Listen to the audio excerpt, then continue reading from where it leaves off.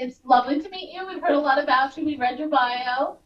A lot of my students are in the audience today, and I teach 11th grade English, college prep, and advanced placement courses. So one of the first questions I want to ask you today is what activities were you involved in during high school, and which ones do you think were the most important to have helped you get into Princeton? Well, first of all, I want to thank Bloomfield High School. I want to thank the staff there. I want to thank my father, Dr. Selliah, for having me here. And it's a pleasure to be able to speak to you today.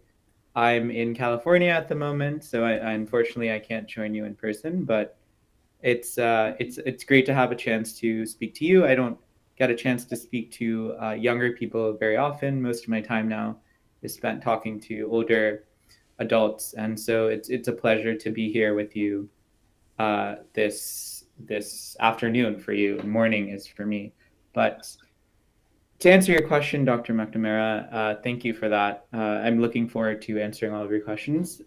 But in high school, so to give you a bit of information about me and to give you a bit more information about my experiences and my time in high school, I went to high school in Newark, New Jersey, so not too far from Bloomfield. I went to a school called St. Benedict's Preparatory School in Newark, and so I graduated from that school in high school in 2016, and so my experiences were between 2012 and 2016 are my experiences in high school. But I think you will find at least some of those experiences relevant to your experiences currently in high school. But my story in high school was such that I was initially interested in I wasn't entirely sure what I would be doing at the end of high school. So I entered high school. I was initially interested in maybe becoming a doctor and studying medicine. And then after exploring a few things, by the time I had finished high school, I had received admission to Princeton University and had decided to attend Princeton University to study public policy. But between the time I started as a freshman in high school and I graduated as a senior in high school, I had the chance to try a lot of different things. And I had opportunities that you also are likely to have available to you at Bloomfield High School. Most significantly, what made a difference for me was the ability to join my high school newspaper. So I'm sure at Bloomfield High School you have an array of activities that allow you to practice your writing skills. So one of the most important activities I did in high school was join my high school newspaper and practice my writing. And that's a skill that will help you, will empower you, will enable you to succeed beyond high school, and will help you, especially as you begin thinking about applying to colleges, applying to places like Princeton University. Writing is a very important skill that you should use every opportunity in high school to develop. And my example that I gave you is joining the high school newspaper. You may have that opportunity at Bloomfield High School.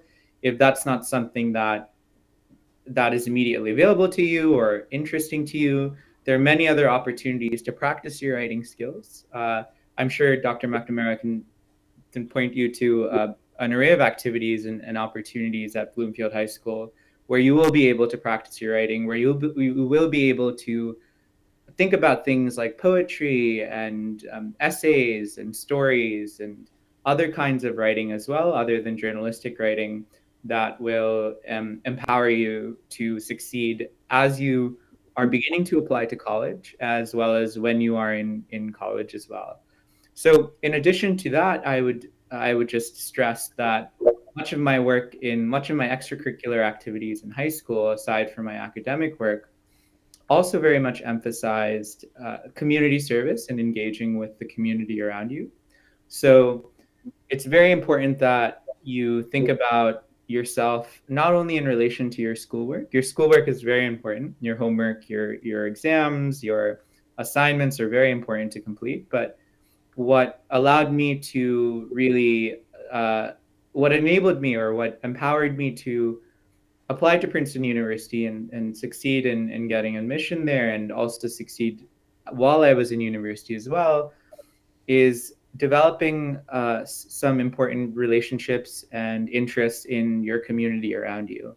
And what I mean by that specifically is, for instance, I was very involved in community service. So I would spend a lot of time on my weekends or my free time going to local food banks or community centers or even local places like churches or libraries and spending time helping out there, spending my time getting to know different people in my community who are coming there. And these are all very important experiences that you can include in your college applications as well. If you're thinking of going to colleges and places like Princeton University, these are very important experiences for you to have to show that you are dedicated to your community, that you are thinking about yourself as a member of your community, not only as an academic member of your community, someone who is thinking about your homework and schoolwork, but also someone who is invested in your neighborhood, in your high school, even among your group of peers and friends. And so that those are two examples of activities that I did that allowed me to really make myself stand out during the application process as I was applying to a series of universities such as Princeton University, but also I think these are very important skills for you to cultivate in order to succeed beyond high school as well. You. And kind of going off of that, on the academic side, how many AP classes did you take and get credit for that transferred to Princeton? Yes, thank you for that question. So my high school at the St. Benedict's Preparatory School was actually a school that did not offer AP classes. So this is maybe a story about how even if you don't have specific opportunities, or even if you don't have the ability to take advantage of AP classes, you can still succeed and do well. But so my high school did not offer AP classes. So what I did for myself was I studied for a few AP classes. So I studied AP Economics, I studied AP Calculus, and a couple of other subjects. And so I took it upon myself. I took the initiative outside of my classes to acquire these textbooks from my school and to study for these exams outside of my classwork time. And I arranged through my teachers and through other high schools to take these exams, to take these AP exams outside of my immediate academic opportunities. So ultimately, I took, I think, 4 or 5 AP exams. These were not courses that were formally offered at my school, and not everyone will have the opportunity to study for these. But it's I what makes the biggest difference is that you show interest and you show effort in these subjects. So even though I was not offered any AP courses at my high school, I still took the time to study for these exams and ended up using some of these credits. For instance, when I took AP macroeconomics and AP microeconomics on my own, I ended up being able to apply some of those credits to my college requirements at Princeton University, and those helped. Those that actually helped very much in reducing the amount of coursework that was required of me when I ended up enrolling at Princeton University. Yeah, but this is my question. Will you were in high school, were you distracted by social media such as Twitter and Facebook? Yeah, so thank you for your question, Walter. So when I was in high school, I was very much everyone I was with, everyone I was studying with, everyone I was in high school with was also very very much present on Facebook, on Instagram, on Snapchat, on Twitter. So these things were very popular among high school students. And I also I also used some of these social media websites when I was in high school as well, and at times they were distracting. They did sometimes get in the way of learning, of being with one another, with being with your classmates, being present with your classmates when you were in class or when you're in school. And I think it was definitely something that it's definitely a challenge that you have to think about when you're, you know, trying to focus, when you're trying to be better students, when you're trying to be better members of your community. But I also think social media can sometimes help in bringing people together and informing you and helping you learn. And I think you should have reasonable limits for yourself. So, one thing that always helped me when I was in high school was setting a number of minutes or that I would be able to use my social media every day. So limiting myself to a certain time of the day, for instance, um, a certain amount of time in the evening or a certain amount of time after school where I would be able to use these, and then doing my very best to not use these during other times of the day. So I also think you can try to use social media in a way that will help you learn, will help you um, grow as a student or as a community member, and that may include, you know, looking for information, looking for, you know, social. We can use social media for a different range of things. We can use it for entertainment, but we can also use it for learning as well. And so I would encourage you to think about how can I use social media in a way that helps me become a better student and become a better person. Thank you. Yes, we have another question. Besides like more I'm sorry, skill-based. start with your name and then read the question. Oh, Okay? I'm Thalia Bell. Besides more skill-based extracurriculars for putting down on your applications, could possible like leadership positions around your school also help with the application process and like really standing out? Yeah, thank you for your question, Thalia. Yes, absolutely. Skill-based, or aside from skill-based activities, leadership positions can also help your application in significant ways. I think you should.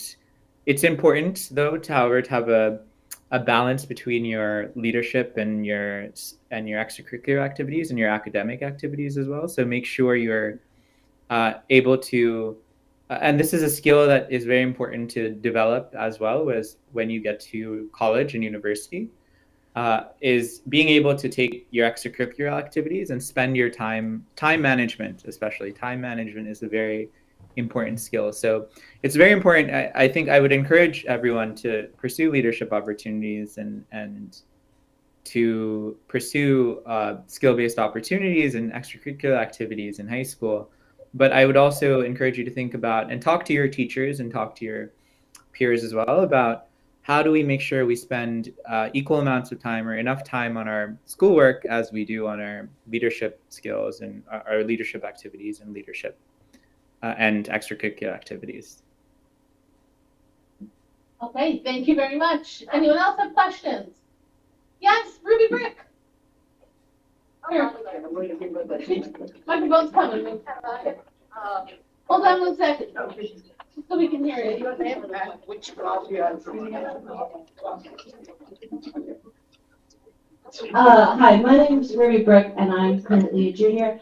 I was wondering how you made sure that you maximized every opportunity you got, because time management is a big thing. How do you know that you're not like putting too much time into something, but you're still getting the most out of it? Yeah. Thank you for that question. It's a very good question. And time management is and maximizing your time is a very difficult thing to accomplish, and it takes some practice. So all of the things that I'm telling you about today are not skills or not abilities that I magically became good at or magically acquired through just a couple of weeks or even a year. These are all things and skills that I've experienced or acquired over, multiple years of practice and thinking. And so don't be frustrated. Don't be too frustrated with yourself if you find that, you think you're not maximizing your time, or you're not able to balance your time the best way, because these are things that require a lot of effort. I would just encourage you to be patient and be persistent. And so if you find yourself, thinking that, you're spending too much time, outside of your schoolwork or your homework, maybe stop and think about, okay, maybe keep track of, how many hours you're spending on your homework, as opposed to how much time you're spending on your extracurricular activities. Think about, you first and foremost, you are a student, so you should be prioritizing your homework and your academic work and the assignments that you are getting from your teachers. But you also want to be setting aside, at least, 20 to 30% of your time as a, as a student, to thinking about these other activities, about thinking about how can I make myself into someone who's a community member and not just a student. So I would just encourage you to keep practicing, to keep track of how much time you're spending on your activities. That could be as simple as writing it down somewhere, or if you spend a lot of time with someone, having that person let you know, how much time how much time do they think you're spending on activities as well. So there are a few strategies you can try out, but I would just encourage you to not be too frustrated with yourself, and just to give yourself some.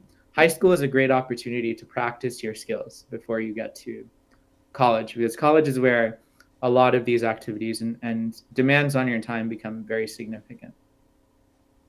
And I just want to ask that, what kind of things would you do for your self-care to take care of your own mental wellness? Because I teach the AP classes and the CP classes, and so many of my students push themselves so hard that they don't take care of themselves mentally. So what kind of things did you incorporate into your own life to make sure that you were taking care of your mental health?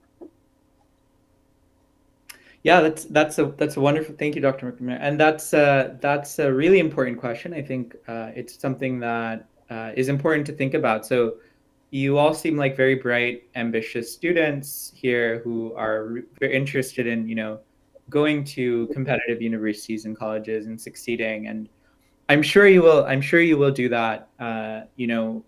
In whatever career or path or college that you end up pursuing, or enrolling in, or going to. But what matters most for your success in the long-term future, and I'm speaking from my experience over several years of having attended, very elite universities, of having studied in very competitive academic environments. What matters most for your long-term success is your ability to pace yourself. And by pace yourself, I mean is being able to perform at a high academic level consistently over a long period of time, and which means not burning out or not overexerting yourself in a short period of time. So I think what I see is more and more common nowadays among people your age, people who are applying to college, people who are thinking about their academic future, is kind of trying to do everything within a short period of time. So the last question about sort of maximizing your time, I think this is a worry that many of us have. And, I think what's most important is that your physical and mental health is in a good place. And by that, I mean you are taking care of your well-being, that you are taking care of your emotional well-being, you are taking care of your emotional well-being with your family, with your loved ones, with the people around you. And I think that is in very many ways a priority. And so if that's something that you feel like, if you find yourself being stressed, if you find yourself being overwhelmed, I think it's important to take a step back and think about, how can I focus myself? How can I make sure that I'm not stressed or anxious, or I feel like I'm being overwhelmed? Because once you feel overwhelmed, it's much more difficult to succeed in academics. It's much more difficult to succeed in extracurricular activities. And so it's very important to think about your own mental health, how you're feeling, making sure you're not too stressed. Stress is a very common experience for high school juniors and seniors. I mean, speaking from my own personal experience, but when you're in that phase, or when you're in that state of mind, I think it's very important to take a step back. Maybe give yourself some time to just breathe, or do an activity that you enjoy with your family, and then come back to your work, because your work will be there. Your teachers and the people around you will help you get your work done. But it's most important that you pace yourself. That if you want to maximize your time and your opportunities, make sure that you're taking care of your mental and physical well-being. Thank you. Fabian, I'll be going around and give you the microphone. I want to come after you and come at the back and get ready somebody there. Fabian, stand up and say your name and what class you My are. name is Yatsia. Your results showed that you went to the White House to meet President Obama in 2016 during your high school year. How did you get that opportunity?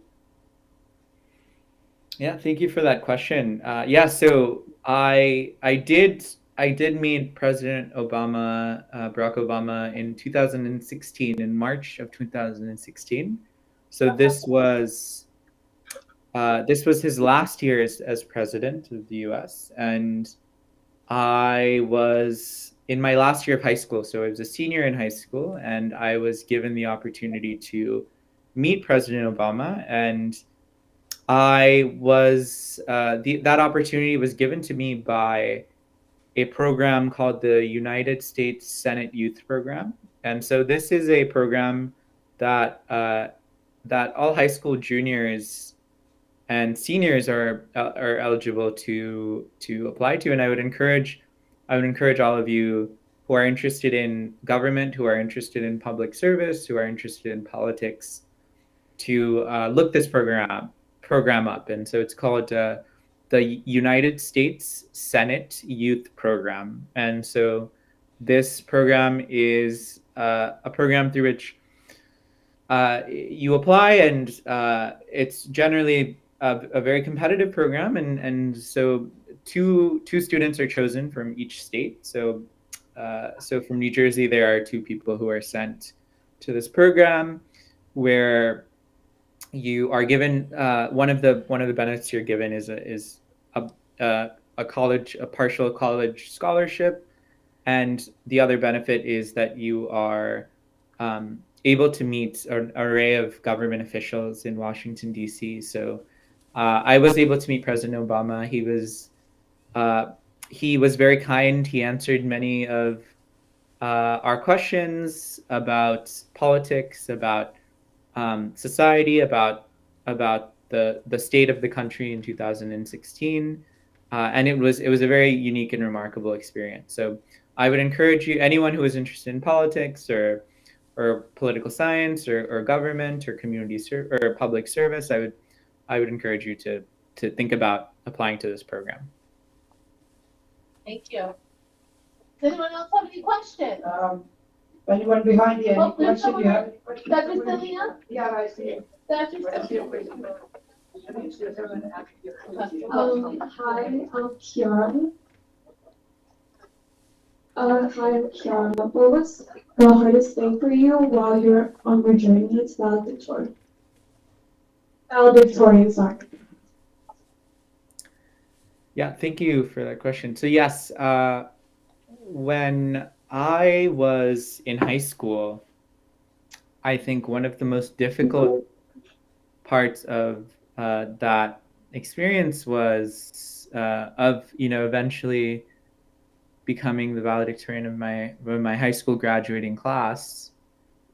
Was it was very similar. It was about I've spoken about this already, but it was about balancing my time. And so time management is a very important skill, as I've just mentioned. And it's very important, I think, to focus on your academics and your schoolwork, but also important to think about your own mental health and your own physical well-being.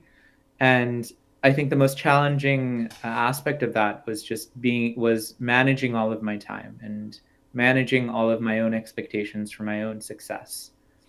And so, as I mentioned, time management is a very important skill. It's something that you should think about developing, working with your teachers, working with your family. I think it's a very important skill to develop in high school, and I would encourage you all to think about that very seriously, because it's something I found very challenging. As you know, I eventually was very successful, but it was only through a lot of help from my teachers and from my peers and people around me that I was able to find a way of managing my time that helped me succeed in high school. All right, I'm coming to this front row, and yeah, he has a question. Introduce yourself and your name and which class. Hi, my name is Christian Donis, and I just want to know, how did COVID affect your studies? Thank you for that question. COVID, like I'm sure it affected your studies as well. It's affected everyone. You know, it was one of these things that was affected all parts of our society in very significant ways. But COVID actually came and affected me sort of closer to the end of my undergraduate studies at Princeton University. So it was a period of time where, like all of you, my classes were on Zoom. I was speaking to professors and my classmates on Zoom. It was also very difficult. It was a very challenging time in terms of our broader connections and sort of and thinking about my well-being outside of my classwork. It was a time where a lot of us were very isolated. We were being very isolated, and so it was a time that I think made me think significantly about my own self-care, as Dr. McNamara was saying, about my own well-being outside of the classroom as well. And I think COVID was a time that really made it important for us to think about, okay, we have all of this time and this space to study on Zoom, to not have to go to school. But then we also have to think about our families. We also have to think about ourselves. We have to think about our communities. And so I think many ways COVID was challenging because it was so isolating. It made us very separated from one another. And I think it was difficult, but it also gave me a chance to think about my community as well. Can read your question. Okay. Joseph is here. Looking at your record of achievement during high school and colleges, you were involved in many community service projects and volunteer activities. How did you manage your time between studies and community service, especially during your high school career? So this is an important question, and it relates to many of the things that I've been saying so far. But it was a challenging experience, and I was very lucky to have teachers who were very involved in my time and were very involved in my career, in my academic career. And so I would encourage you to speak to your teachers, to speak to your guidance counselors about your interests and your activities and your time. And the best resources you have are in your school. So I would encourage you to go to your school, go to your mentors, and go to your instructors and role models, and tell them, these are the activities I'm doing. This is the amount of work that I'm expected to do.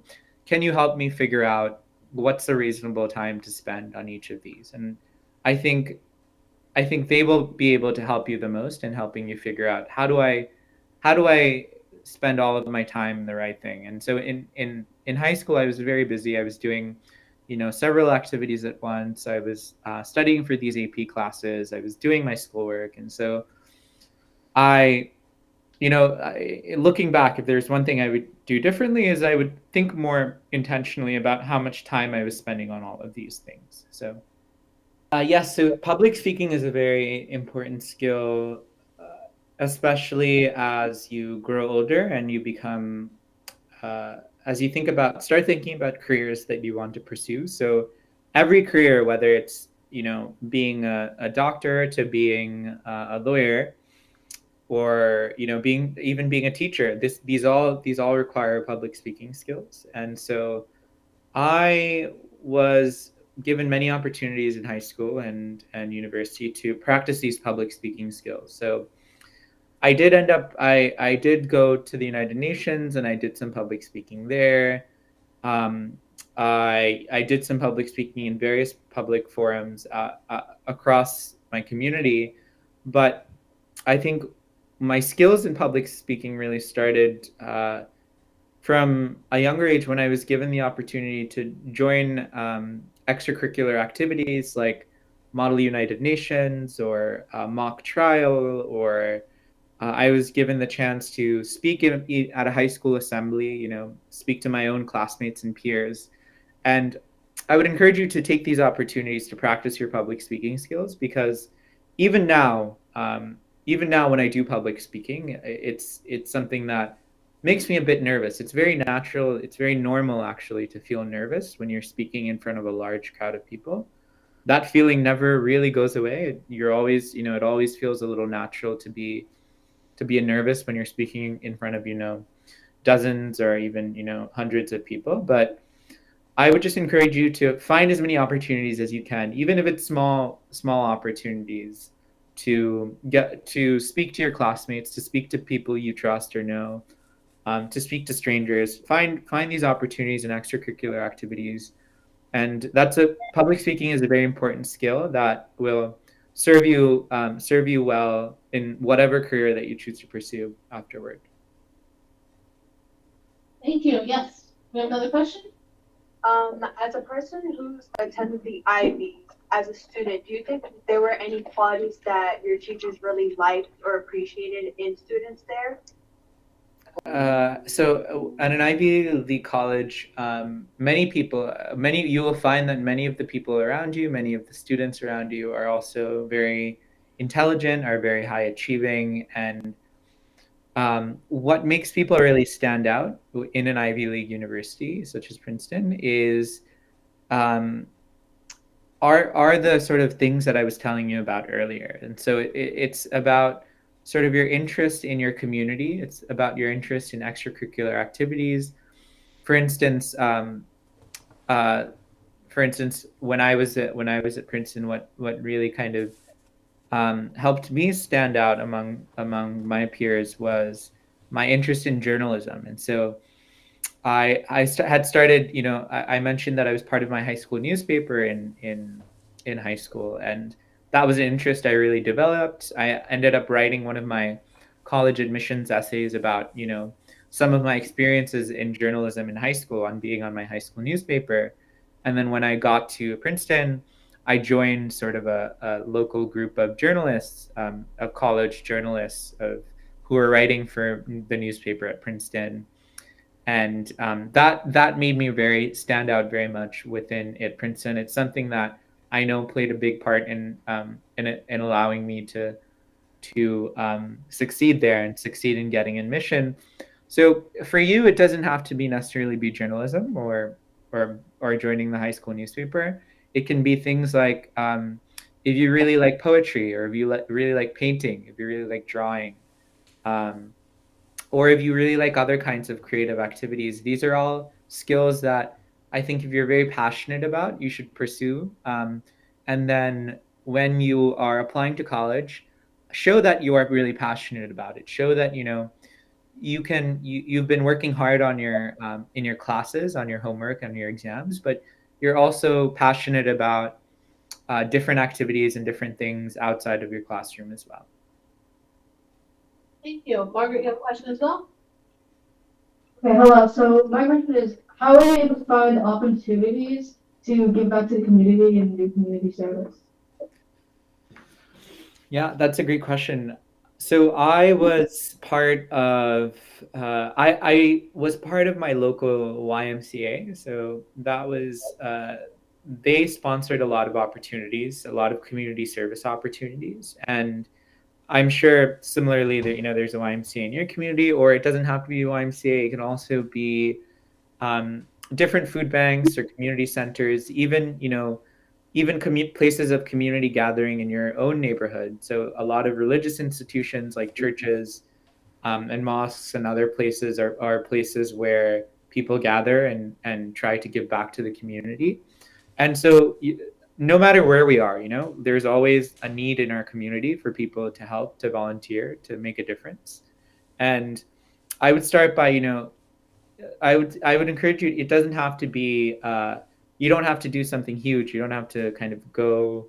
You don't have to go to Washington D.C. and make a difference there. But I would encourage you to start by going to places where your family gathers with other people in your community, um, and asking, how can I help out? How can I bring my friends with me? And can I gather? One of the things I did when I was in high school was I started a school supply drive. And so I collected a bunch of school supplies and I sent them as part of a program to um, some communities in West Africa that needed the school supplies. And so this is something I did through my own town hall. I went there and I asked, is there any way I can help? Um, and just being able to put yourself in your community and help people makes a big difference. And so I would encourage you to do that. Thank you. Does anyone else have questions? Yes, we have another question. Hold on, let me grab the. I'll get the box. Yeah. And my question is, what were the requirements that you need to do for your scholarships? With the college or the high Scholarship. Yeah, so scholarships are scholarships are very are very different in different places, and so this is something that your guidance counselors can also explain to you well. Is the idea that when you're when you're applying to colleges, you should be looking at which colleges offer scholarships, which colleges offer scholarships that reward you for your academic merit. So these are called merit scholarships. And then there are other scholarships, for instance, at Princeton University, there are many need-based scholarships. So if your family makes below a certain income level, then you're given a full scholarship to study there. And so scholarships are really different based on which schools or which colleges you apply to. And it's important to think about scholarships because each school has a different program of scholarships.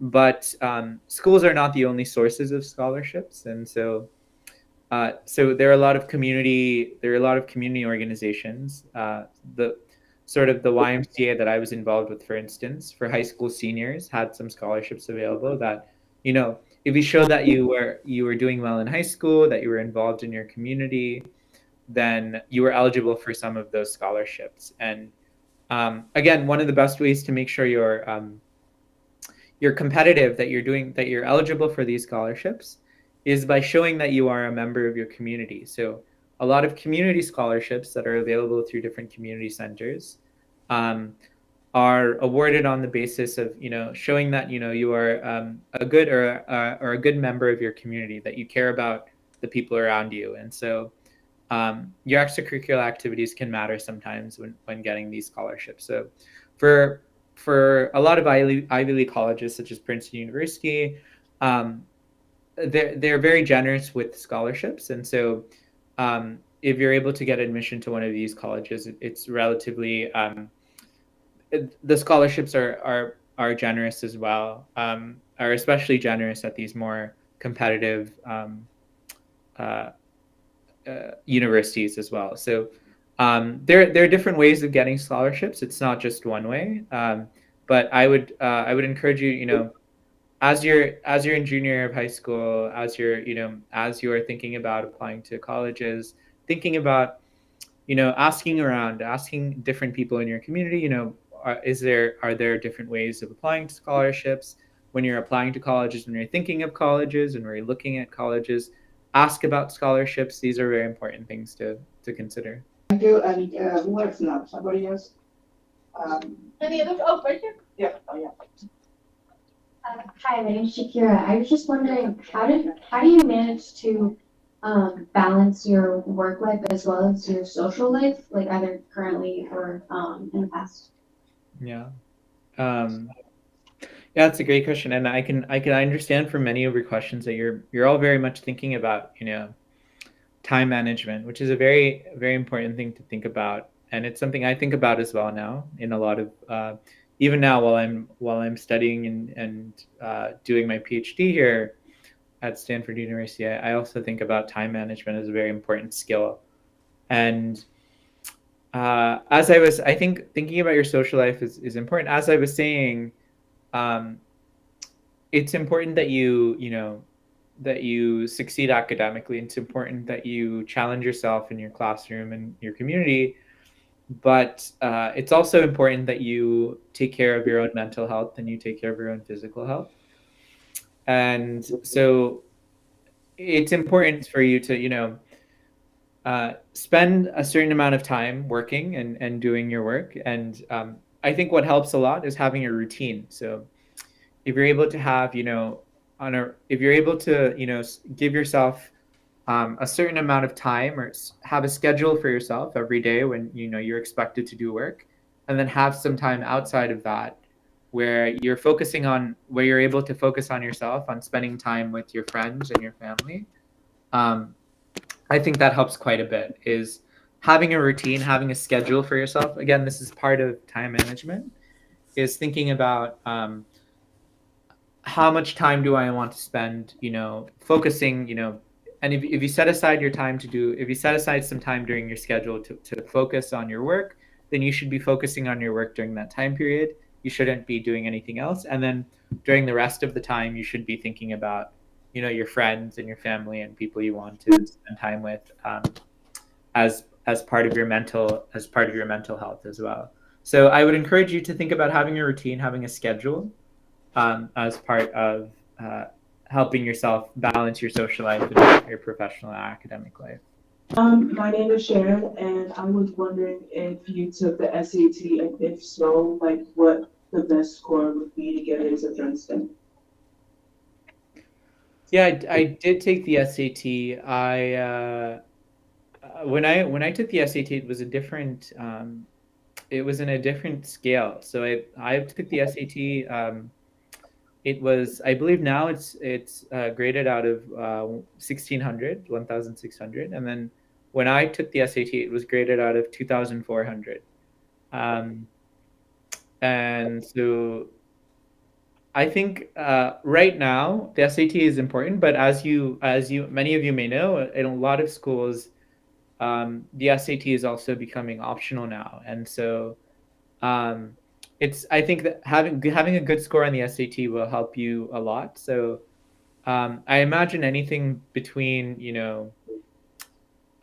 between a 1300 and a 1600 would mean you're very well qualified for a place like Princeton. But I would also say that um, Princeton University and a lot of Stanford University, a lot of other schools, a lot of other very competitive schools are also aware that that standardized tests and the SAT is not the only way to measure academic success or academic capability. And so, for instance, if you focus a lot on your schoolwork and get, a high GPA and do very well in that, and you have a high GPA, but your SAT score for whatever reason is not as high as your GPA, um, the school and if you explain, that, I spent a lot of time focusing on my work. Here's all of the things that I did for my community. My SAT score isn't as high as I wanted to. The school will take that into account when considering you for admission. So yeah, I think, and relatively, if you have a high SAT score, and if you struggled, in 1 or 2 years of high school to get a good GPA, but later in high school, in your junior and senior year, you focused a lot on your SAT and you did well on your SAT. Doing well on your SAT can sometimes help. Help. It can show the university, like a university like Princeton, that you know even though you struggled, for a couple of years in high school, that you later kind of got very serious about your work and you studied a lot, very hard for the SAT and did very well. And so the SAT is important. I think it, but I think it's not the only thing that universities are looking for in. Hello, my name is Extra-curricular.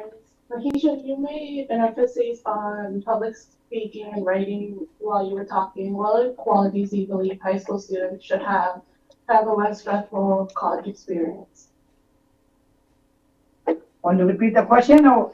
No, I understood the question. Yeah, so public speaking and writing are very important skills to have.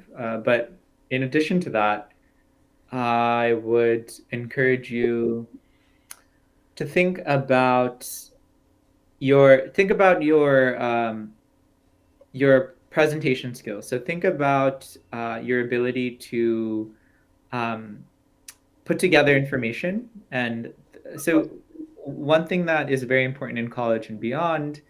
So I would stress time management as one of, in addition to public speaking and writing. I think time management is a skill that it's very important to develop when you're in high school, as we've been discussing.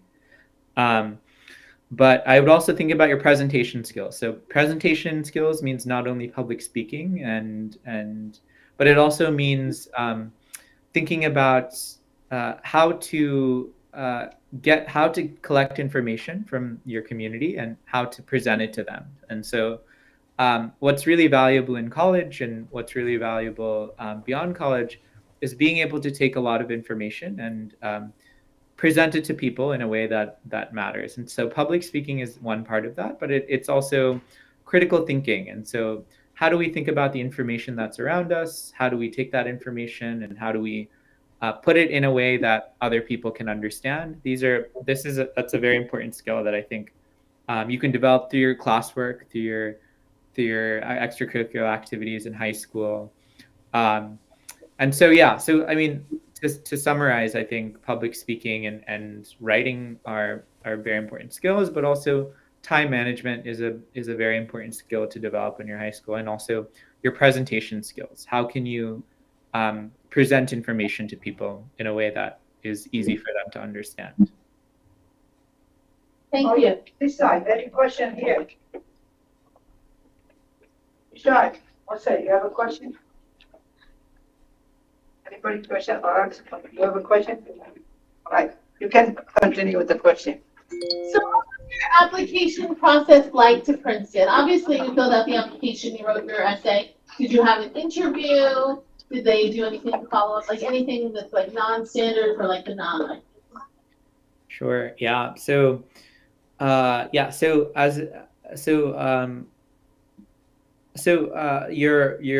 application process to Princeton University was very extensive. And so it started in November, and I submitted my application in early November of my senior year of high school. And I had started working on the application over the summer so between junior year and senior year of high school. I started thinking about, what was I going to write? What was my college essay going to be? And then I finished my essays early and I gave them to my teachers in high school to look at. And so your teachers will be happy to look at your essays, especially if you're applying to very competitive universities like Princeton University. I would I had a schedule for myself. So I made sure I was finished with my first draft of my college essays, in September or in October of my senior year of high school. And so at the start of October, I gave my essays to my teachers and they gave me feedback. And then I took that feedback and I worked on my essays again.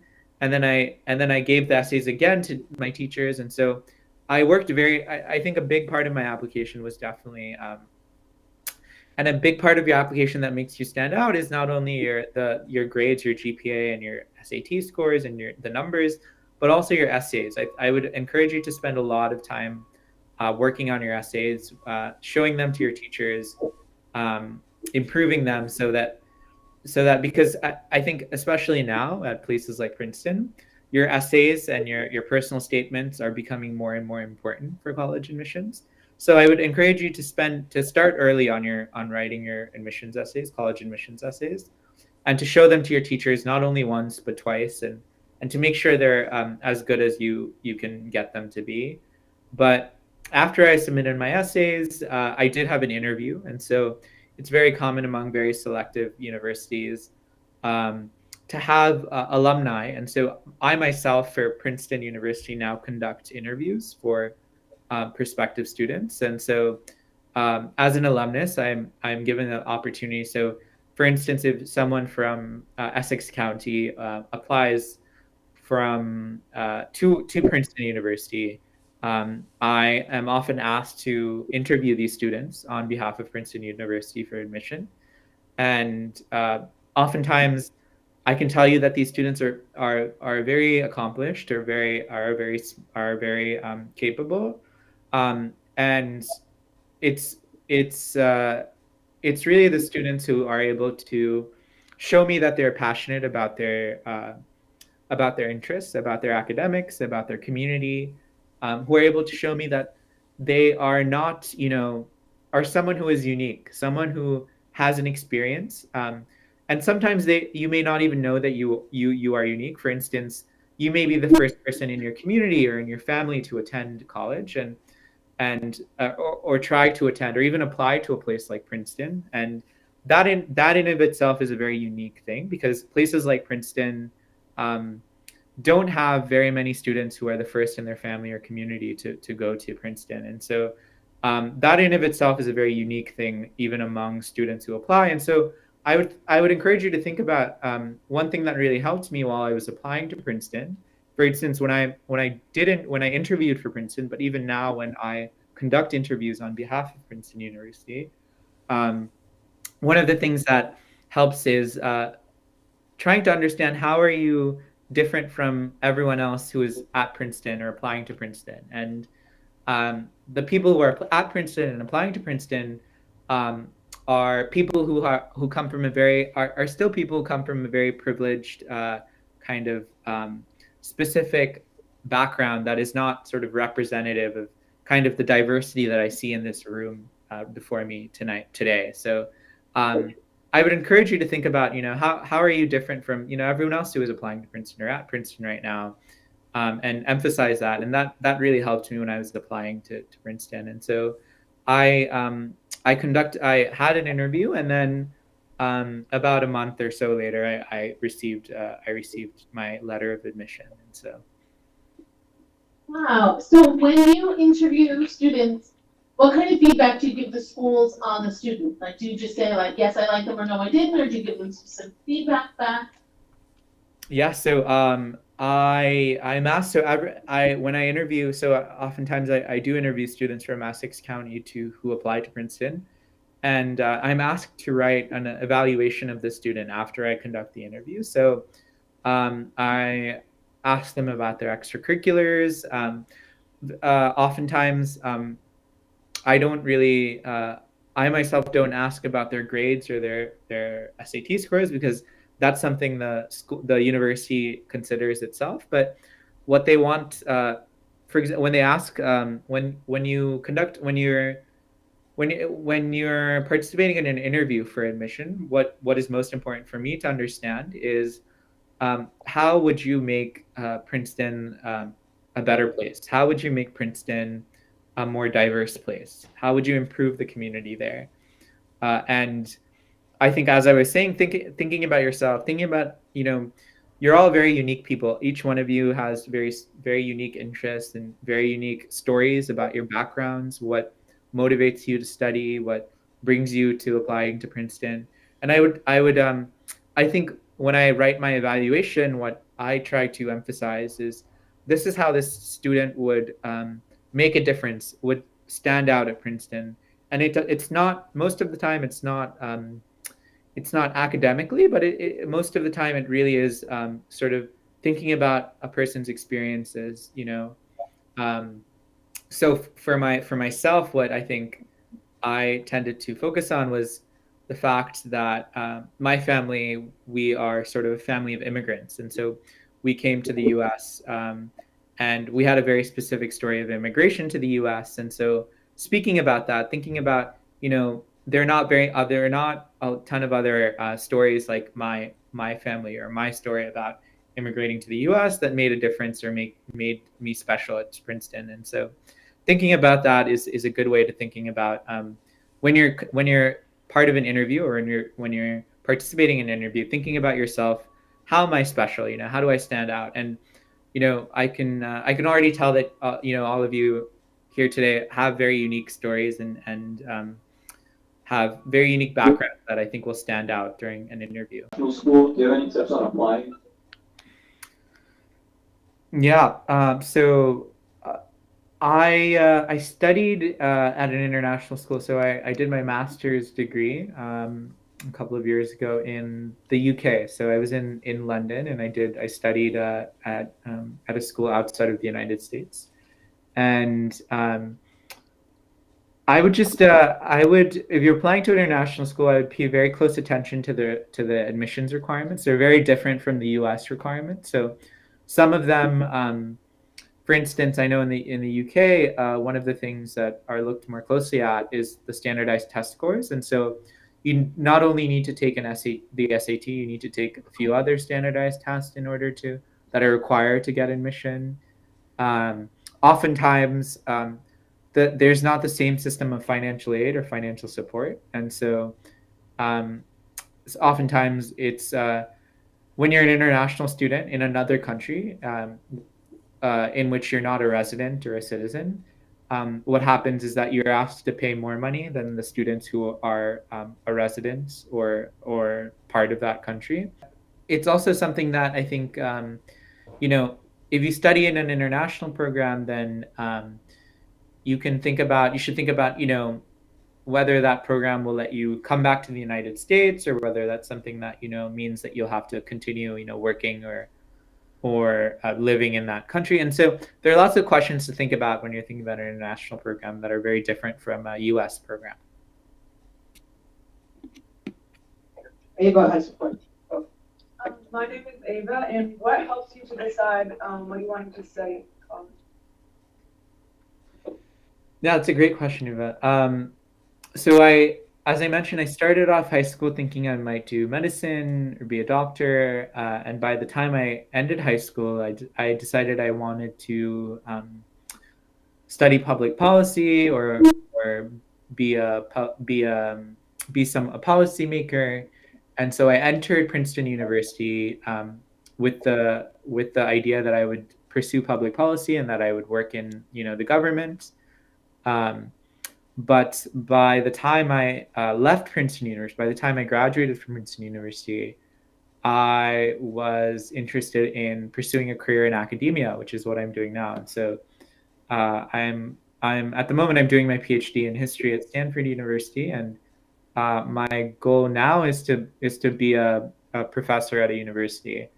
And so from what I've just told you, you can tell that I went from wanting to be a doctor when I was younger to being someone who was a journalist, maybe a lawyer, and maybe someone who was in government, to now being a professor. And so I think what that tells you is I had a lot of different. I changed my mind quite a bit from the time I was entered college to now when I'm doing my PhD, and I studied a lot of different things. And so I think in college you have the ability to, especially if you go to a liberal arts college, or if you go to, for a lot of colleges now, a four-year college now lets you, if you're interested in science, you can take science classes, but you can also take classes in English, or you can take classes in history. You can take classes in political science. So I explored a lot of interests when I was in college, and eventually I think I found an interest that which I'm studying now, which is history. I am studying to be a historian, a professional historian, and I think what helped me was just trying out different things, seeing because oftentimes we are not given the opportunity to try different things to see what we like.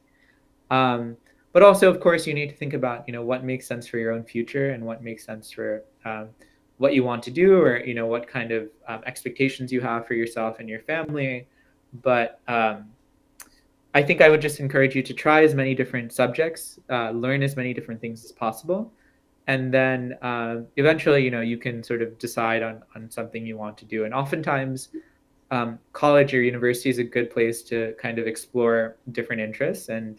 Um, and by the time you choose your major, and choosing your major is a big decision in university. And at Princeton, at least, it was something you chose in your second year, but oftentimes some universities require you to choose it at the end of your first year, or sometimes even when you enter.